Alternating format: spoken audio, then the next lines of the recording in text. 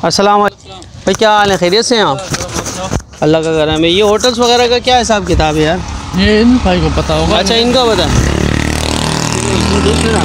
अच्छा, यहाँ पे जैसे अगर फैमिलीज वगैरह आए होटल में तो मिल जाएंगी? हाँ, उनको हर चीज़ मिल जाएगी। वो क्या किराया है? मच्छी है। अच्छा, हाँ, कुत्ते वगैरह होंगे। अच्छा, चावल मिल जाएंगे। सही है। हर चीज़ आपको मिल जाएगी। जो नहीं, और किराया कितना है किराया? अच्छा, उससे पूछे। हाँ जी, क्या नाम है आपका? मोहम्मद साले। मोहम्मद साले। ये हमारे साथ मोहम्मद साले भाई हैं। इन्होंने बताया कि ये फार्म हाउस है, फार्म हाउस विजिट करें आप, और यहाँ पे जितनी भी फैसिलिटीज़ हैं, जो भी सहूलियात हैं, वो लोगों को बताएं। हमने बोला बिल्कुल हाजिर हैं।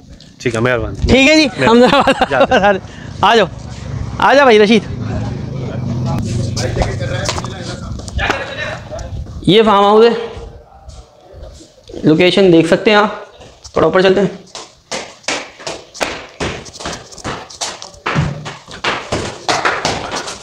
एक फ्लोर इसका ये है,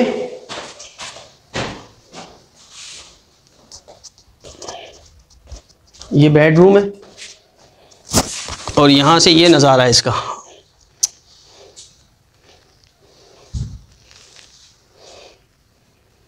ये नज़ारा है यहाँ से इसका। अच्छा, थोड़ा ऊपर चलते हैं।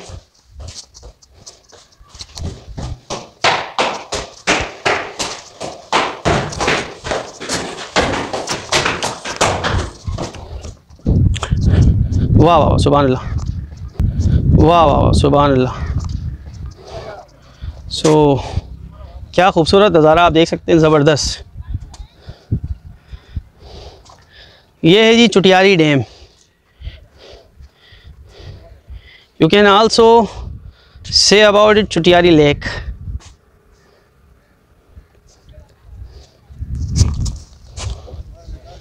अच्छा, यहाँ पर मैं आपको एक चीज़ और बता दूँ कि रास्ते पे आते हुए हम लोगों ने एटीएम वगैरह नहीं देखा यहाँ पर। तो आपने सांगड़ शहर से एटीएम वगैरह, कैश वगैरह जो भी है वो ले लेना है, क्योंकि रास्ते में आपको कोई बैंक वगैरह या एटीएम की सहूलत नहीं मिलेगी। और दूसरा ये कि यार यहाँ पर ना लोगों के पास इजी पैसा अकाउंट किसी के पास मिल जाएगा, किसी के पास नहीं मिलेगा। फिर वो सिग्नल की परेशानी, अकाउंट खोलने की परेशानी, ऐप खुले नहीं खुले। तो इससे बेहतर ये है कि आप अपने साथ यहाँ पर थोड़ा बहुत कैश लेकर आएँ।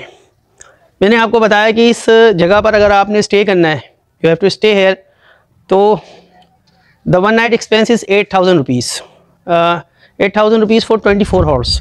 अच्छा, दूसरा ये कि अगर आप लॉन्च में बैठ के जाते हैं, ये मेरे बैकग्राउंड में जो आप लॉन्च देख रहे हैं, यहाँ पर बैठ के जाते हैं, और यहाँ पर कोई जगह है, क्या नाम है उसका रशीद, जगह का? हवेलियाँ। अगर आप हवेलियाँ जाते हैं यहाँ से कश्ती में बैठ के, तो 6,000 रुपीज़ ये बोल रहे हैं, और 5,000 रुपीज़ में ये लेके जाएंगे, क्योंकि ये बता रहे हैं कि 1 से 1.5 घंटे का सफ़र है वहाँ तक का। तो इस चीज़ को भी मद्देनज़र रखें। और अगर आपने सिर्फ छोटा सा राउंड लेना है, इसकी ये जो एक सर्किल सा बना हुआ है, एक क्या खेलें इसे, जजीरा टाइप का खेलें, अगर इसका राउंड लेना है तो ये तकरीबन 1,200 रुपये। तो मैंने आपको एक्सपेंस यहाँ का बता दिया है। अब आपके अपने ऊपर है कि आप छोटा राउंड लेना चाहते हैं या वहाँ जाना चाहते हैं। हमारा इरादा तो वहाँ का है। देखते हैं, अगर सूरत हाल बनती है तो हम वहाँ चलते हैं। अच्छा जी, ऐसा है कि हम लोग बैठ गए हैं कश्ती में और हम लोग निकल पड़े हैं हवेली। भाई कितनी हवेलियाँ हैं यहाँ पे? 2 हैं। चलो जी, ये रशीद भाई बैठे हुए हैं।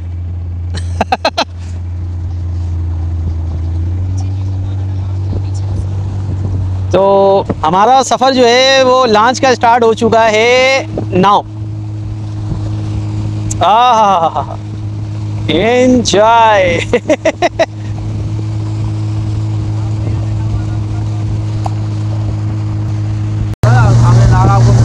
अच्छा, ये बताओ कलंकार का है? कलंकार लेक भी है ना, कलंकार। फिर यहाँ से उमरकोट कितनी दूर है?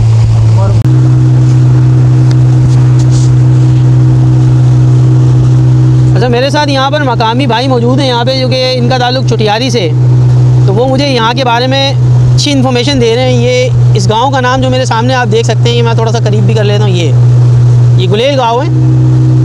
और ये बता रहे हैं कि यहाँ की जो मकामी आबादी है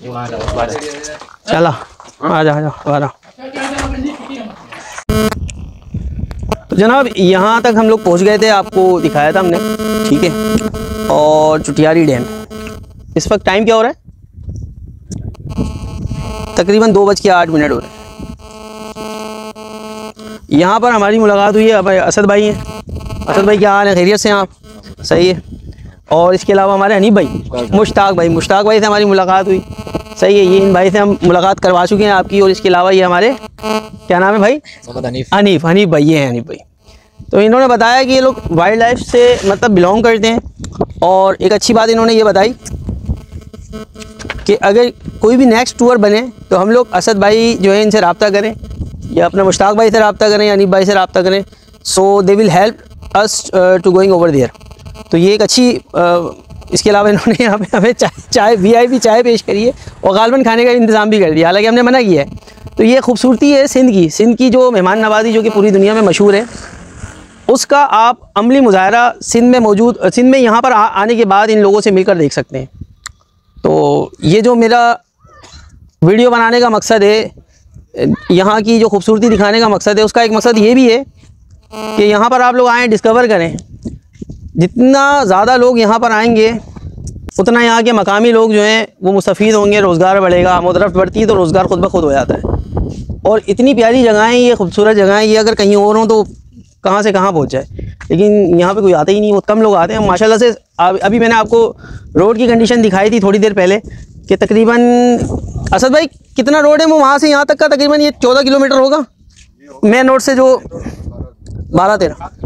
7 किलोमीटर का जो रोड है वो भी बड़ा खूबसूरत बना दिया। मतलब जो पगडंडी सी बनाई है बहुत ही खूबसूरत है। यहाँ आने में किसी भी किस्म की कोई दुश्वारी नहीं। इंतहाई महफूज इलाका है ये, इंतहाई महफूज, सारे मिलनसार लोग हैं यहाँ पर।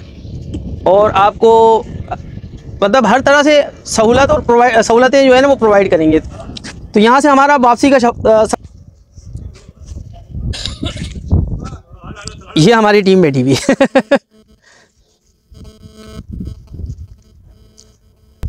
तो यहाँ से अब हमारा वापसी का सफ़र शुरू होने वाला है थोड़ी देर में, आधे घंटे बाद। अगर मेरी ये वीडियो अच्छी लगे तो इसको लाइक करें, मेरे इस चैनल को सब्सक्राइब करें, और इस वीडियो को प्रमोट करें ताकि लोगों को पता चले कि सिंध में खूबसूरती के कितने ख़जाने छुपे हुए हैं। तो KPK, सवात, वो भी हमारे पाकिस्तान का हिस्सा है डेफिनेटली, लेकिन जहाँ तक लोग नहीं पहुँच सके हमारी कोशिश है कि हम वो दिखाएँ। ठीक है जनाब, चलते हैं अपने सफ़र की जानिब, सबसे वापसी की जानिब।